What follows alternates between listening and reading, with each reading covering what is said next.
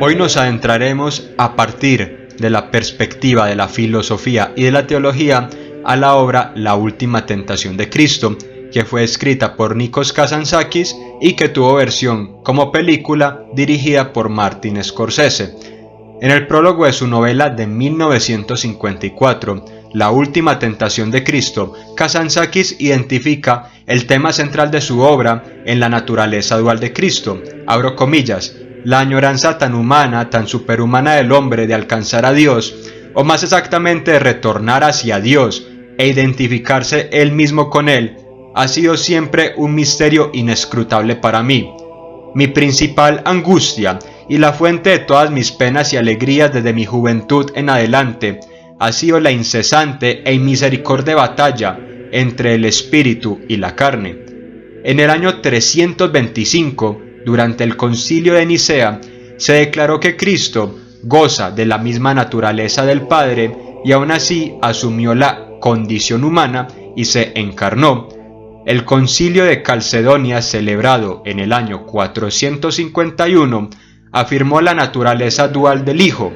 El canon conciliar estableció, abro comillas, nuestro Señor Jesucristo, verdaderamente Dios y verdaderamente hombre, consustancial con el Padre respecto a su divinidad y consustancial con nosotros respecto de su humanidad, cierro comillas. Ello quedó constituido en el credo atanasiano. Nuestro Señor Jesucristo, el Hijo de Dios, es tanto Dios como hombre, decía San Atanasio. Tanto Scorsese como Kazantzakis se posicionan en las entrañas mismas del cristianismo para el desarrollo de sus respectivas obras y cimentan sus cristalizaciones estéticas en las discusiones cristológicas que han acompañado a la Iglesia y a sus diversas denominaciones a lo largo de las centurias. Esta tensión entre la divinidad y la humanidad de la persona de Jesús ha estado latente desde la misma construcción de la Sagrada Escritura. El Verbo se hizo carne, dice en Juan capítulo 1, verso 14. Dios fue revelado en la carne, dice Pablo en su carta a Timoteo, la primera de ellas, capítulo 3, verso 16. Desde un inicio, las naturalezas de Jesús han suscitado fervientes debates doctrinales y han sido objeto de acaloradas discusiones en círculos académicos y creyentes. Para Kazantzakis, Jesús era tanto hombre como Dios y a través de su novela se atrevió a explorar, mediante la libertad de la prosa, este rasgo único. Abro comillas, grandes cosas pasan cuando Dios se mezcla con el hombre. Sin el hombre, Dios no tendría mente en esta tierra para reflejarse sobre sus criaturas de forma inteligible y para examinar sin miedo y descaradamente su sabiduría y su omnipotencia. No tendría corazón en esta tierra para sentir compasión acerca de los problemas de otros y para luchar en aras de alcanzar las virtudes y dirimir sobre aquellas que son agradables a Dios o cuáles de esas virtudes han sido olvidadas o cuáles ha tenido miedo de forjar la humanidad. Él respiró sobre el hombre como sea, dándole el poder y la audacia para continuar con la creación divina, cierro comillas. El autor aparentemente niega la omnisciencia divina y le atribuye a Dios indiferencia, miedo y amnesia, exhibiendo de manera persuasiva el propósito de la encarnación. La conciencia mortal y finita provee una perspectiva de la existencia que es epistemológicamente diferente de la mente divina. Para conocer a través de un aparato cognitivo terrenal, para sentir misericordia humana, para encaminarse en la lucha hacia la virtud, se debe hacer accesible todo este rango de experiencias para Dios a través de la incardinación en la comunidad humana. Este tipo de aseveraciones no cayeron muy bien en la Iglesia Ortodoxa griega, a la cual pertenecía Kazantzakis y fue excomulgado. Claramente este autor tenía varias influencias filosóficas, como por ejemplo la de Nietzsche y también del mundo de la teosofía budista.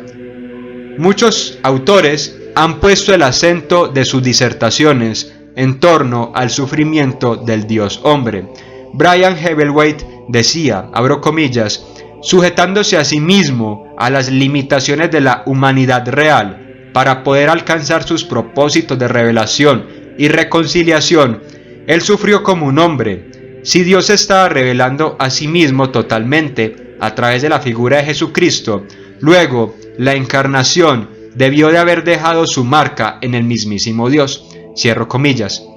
Descansa en el corazón del cristianismo el suponer que la omnipotencia de Dios ha sido ejercida y revelada en su proceso de encarnación en las dinámicas humanas, sujetándose a sí mismo a las limitaciones más crueles y a la muerte más horrible. Kazantzakis aduciría que Dios yace incompleto sin el hombre, y en este juego dialéctico el hombre se subsume en el envilecimiento y la incompletitud sin Dios.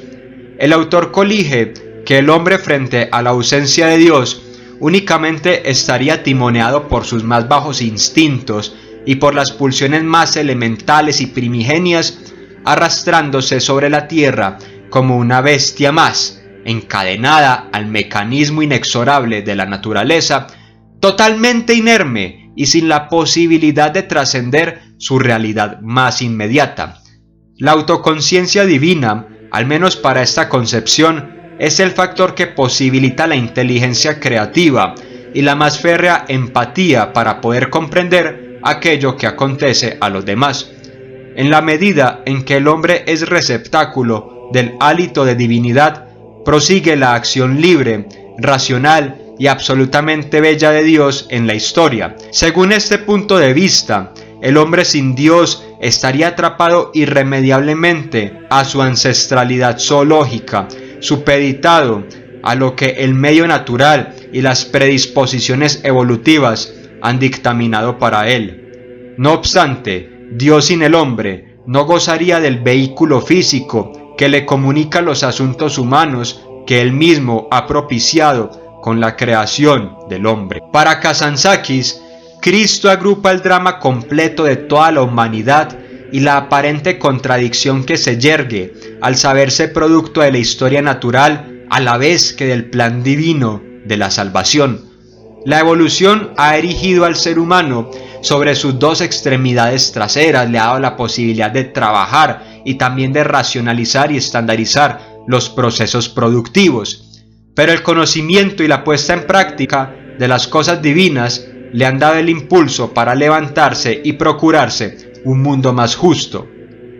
El novelista se afinca en el hecho de que subsiste una pugna irrefrenable entre el contenido ontológico de la divinidad y la base natural constitutiva de la humanidad. La humanidad se halla desvalida ante su inminente fragilidad. No obstante, siempre puede levantar su rostro y reconocer la estirpe divina de la cual hace parte por filiación. La última tentación se alinea con otros proyectos historiográficos y artísticos arraigados en la idea de desmitologizar a la persona de Jesús. En la novela de Kazantzakis, Jesús es predominantemente humano, lleno de debilidad, duda e impotencia. Al principio no se muestra consciente de su propio estatus divino, su destino funesto y su misión salvadora.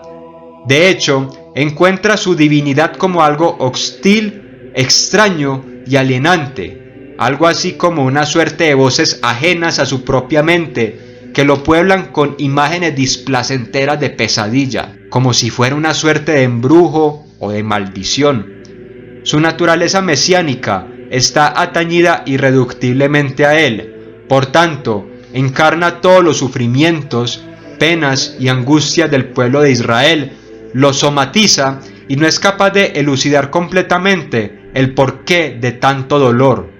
Dios rebasa su propio ser terrenal y ello hace que se lo asimile como una desventura inaguantable. Esto, más que una perfecta y limpia unión hipostática, parece ser el encontronazo entre la vulnerable naturaleza humana y el destino delimitado desde el principio de los tiempos por Dios. Frente a Jesús se posicionan dos elecciones: el amor por el mundo hasta el olvido de su ser divino, o la entrega total y plena hasta el olvido por el mundo. Él desea, como muchas personas de su contexto, formar una familia, mantener una relación romántica con una mujer y sujetarse a los cánones preestablecidos de lo que está bien para la sociedad vigente de su época. En el interior de Jesús se desenvuelve una pelea inevitable de índole psicológica. Lo que pareciera ser una conversación con su parte divina no es más que la tensión que surge entre la actividad inconsciente que le vincula a la satisfacción de sus deseos y del placer, y la tarea salvífica y teleológica a la cual debe atender con celeridad. La última tentación no plantea a Jesús como una mente sencilla, unívoca y unidireccional, sino como un entramado complejo con sus propios recovecos, sus laberintos existenciales, sus incertidumbres, sus fantasías, deseos, culpas, en fin, con todo aquello con lo que cualquier persona debe lidiar, y en muchas ocasiones ni siquiera podría comentarle a alguien de su confianza, porque esto le genera insatisfacción y también vergüenza e incomodidad. Esta visión del Jesús histórico podría resultar escandalosa y ofensiva para los cristianos de muchos credos, pero realmente acentúa la inmanencia de lo divino y de lo trascendente en las relaciones materiales en apariencia más profanas y más mundanas. Al final del día, después de mucha introspección y de un proceso que resulta doloroso y arduo, se ve cómo Jesús opta deliberadamente por seguir el camino universal de la belleza y de la bondad de Dios. La fe, así como la espiritualidad, no son esos constructos estáticos, fijos, absolutamente estables, casi que inquebrantables y sin rezago de dudas, de tristeza o de soledad. La fe realmente arde y duele. Es difícil sentirse y saberse débil, pero es valedero recobrarse de ello y volver a acercarse con los rasgos más constitutivos y eternos que se hilvanan en la vida misma. Jesús probablemente creció en la piedad que se cultivó en el hogar y en la sinagoga, incluido el estudio de la Biblia, de las historias ejemplarizantes de los héroes del pueblo de Israel, en la lectura de los profetas, la obediencia a la ley, la oración y la expectativa del Mesías, y también participó en peregrinaciones a Jerusalén.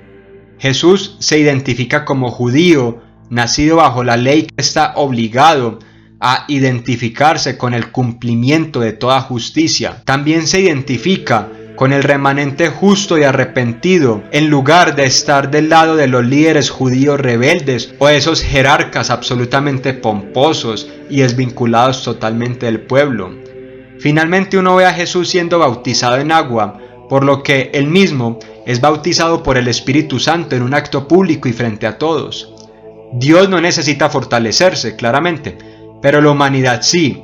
Los gestos que corresponden a la meditación y a la oración en el desierto enfrentan al hombre con los placeres y las tentaciones que han sido más entronizadas por el ambiente cultural y que ofrece claramente todo el contexto en el cual se moviliza la humanidad.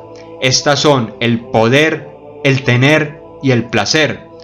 Los sistemas sociopolíticos se sostienen gracias a que el hombre no es capaz de ver más allá de su propio beneficio utilitarista y egoísta a toda la amalgama de cosas y personas que pueblan su horizonte. En la soledad Jesús, el Dios hombre, vio cara a cara a estas tribulaciones que afectan al espíritu humano. Mitológicamente, estas figuras heroicas afrontan los desafíos morales, desechando las banales y superficiales ofertas del mundo circundante para sumergirse en la morada interna, el castillo interior, en donde habita la divinidad y es factible acoplarse e identificarse con aquello que se sobrepone a la impiedad y a la iniquidad, y además con aquello que es capaz de superar a la rapacidad materialista. En la soledad, el hombre se cuestiona y su propio juicio le interpela para acallar la voz frenética y cacofónica que emana de diversas fuentes, para así concentrarse en la plenitud, que vive, que mora y que se va nutriendo en el corazón. En la visión mesiánica de Kazantzakis, Jesús parece no estar enterado del todo de cómo va a finiquitar su vida. La novela se mueve mucho entre los sueños y la realidad. A pesar de la clara resistencia ante el trabajo mesiánico, Jesús abandona la comodidad para espiritualizar la carne y moldear la sacralidad en lo profano. Mientras el personaje va anticipando su condición divina, se halla ante experiencias significativas que le dan apertura a más fases de su propia misión. En la comunidad del desierto, cuando ve a las dos serpientes, se da cuenta que todo tiene dos significados. Entendió que las serpientes no eran otra cosa que la oscuridad del corazón y las malas intenciones que están arraigadas en la vida humana.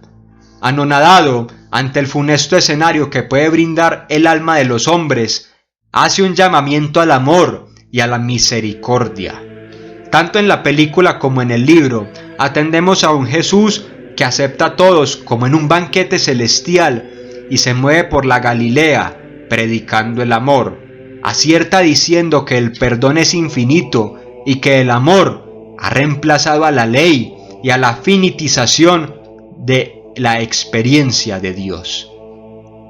Con el bautismo efectuado por Juan, quien representa las esperanzas de un pueblo subyugado, que espera vehementemente por un rey redentor para Israel, Jesús se apersona de su condición como hijo de David, como Mesías ungido. Acá es donde Jesús toma el hacha y emprende un proceso de purificación, de guerra interna. Esto impulsa al personaje a recluirse en el desierto, en donde es tentado por las tres apetencias humanas figuradas en la serpiente, en el león y en el arcángel en llamas. La serpiente simboliza el deseo terrenal, la pulsión sexual, la libido, su añoranza por tener esposa e hijos, su hambre carnal por María Magdalena. El león es la fiereza, la pasión animalesca destructiva y corrosiva. Este mismo león se le proclama como la voz interna de sus deseos más pútridos. El arcángel en llamas se presenta como el poder terrenal y las ganas por domeñar y dominar a gusto a todo el mundo, reemplazando así el mandato de Dios y su soberanía sobre la historia. El hambre, las aspiraciones narcisistas, el egoísmo y la depravación fruto del poder son exhibidas como partes integrantes de la psique humana. Lo malvado aparece como normativo y como la coordenada axiológica que rige el destino de la vida social. Judas es el epítome de esto. Para él, la necesidad radical de edificar los cimientos de una civilización material basada en las apetencias inmediatas y en la satisfacción del hambre por el poder deben ser el rasgo fundante de un Estado israelita desgajado de las pretensiones imperialistas extranjeras. Jesús, en ese contexto, aparece para santificar a Judas de esta clase de cavilaciones que le han demonizado y hecho más cercano con la impiedad que con la voluntad de Dios. En el desierto y en estas tentaciones subsecuentemente presentadas, se percibe a un Jesús humano, pero dispuesto a poner en entredicho sus propias limitaciones para pelear contra ellas y trascender hacia el plano celestial. Es en esta comprensión de cómo actúa el cerebro, el corazón y el estómago del hombre que Jesús va develando para sí rasgos característicos de su propia labor. La simpatía no estriba en inteligencias inmateriales como ángeles, sino en la estirpe de Abraham.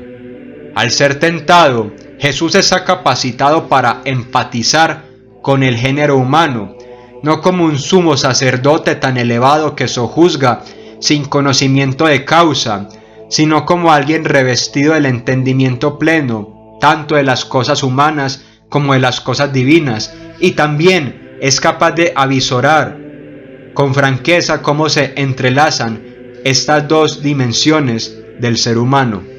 Ahora, con el levantamiento de Lázaro, Jesús se adentra en la verdad de que Él es el Hijo de Dios, y con ello toda la humanidad es proclive de filiación divina a través de la tarea efectuada por Él, de su ejemplo y de su sacrificio. Ser hijos de Dios no es otra cosa que asentarse en el hecho que supone la vinculación entre Dios y el hombre. Saberse hijo de Dios no es tanto un privilegio como una responsabilidad de enfrentar bien y virtuosamente a los retos de la vida y asirse continuamente hacia la perfectibilidad de las costumbres. Jesús revela a Judas que debe ser sacrificado para que se cumpla la palabra de los profetas y para cargar con los pecados del mundo entero. Jesús mismo insta a Judas, un instrumento humano, a hacer lo que debe hacer para darle un final cabal a lo que se espera de él y en general a lo que se espera que haga todo el género humano, es decir, llevar el sacrificio hasta sus últimas consecuencias. Debería leerse la secuencia de la última tentación de la novela entre los capítulos 30 al 33 como una visión engañosa o como una confrontación con lo que Kazantzakis llamó el invencible encantamiento de los placeres humanos simples, que se refiere a tentaciones que son tan naturales para los hombres. ¿O es la vida como una espiritualidad? Si es lo primero, entonces toda la secuencia narrada en estos capítulos es un sueño o una alucinación construida por el maligno, y la última tentación es una mera distracción momentánea del severo deber de la salvación. La renuncia a este mundo y a sus placeres es el precio que hay que pagar por la trascendencia espiritual. Si es lo segundo, entonces apenas necesita la mediación del maligno para revelar que el amor, el sexo, los placeres de la familia y los niños y la afinidad con la tierra son afectos humanos naturales y que la visión apetitiva y el disfrute físico tienen igual derecho a prioridad en la creación. En esta lectura, las tentaciones son a la vez encantadoras y legítimas, y la muerte de cruz debería subsumir y envolver las tentaciones en una visión de reconciliación final entre Dios y la humanidad y la tierra, el espíritu y el cuerpo.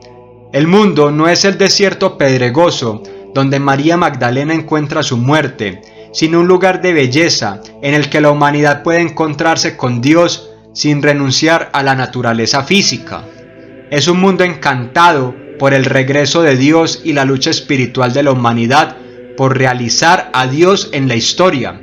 En términos de expiación, el primer punto de vista concuerda con las ideas de satisfacción y castigo, ya que Cristo está pagando el precio de la renuncia y también el castigo del pecado. La humanidad es tan absoluta y originalmente corrupta que solo la pena suprema de muerte puede redimirlo de la condenación y del desagrado divino. Pero esta última, es decir, la espiritualización del mundo, es más acorde con las corrientes más significativas de la cristología moderna, ya que muestra a Cristo como un Dios que amó tanto al mundo y a la humanidad, que su apego a Él constituyó un verdadero compartir de la humanidad en todas sus alegrías y dolores. Espero que si te ha gustado te suscribas y nos veremos en una próxima ocasión.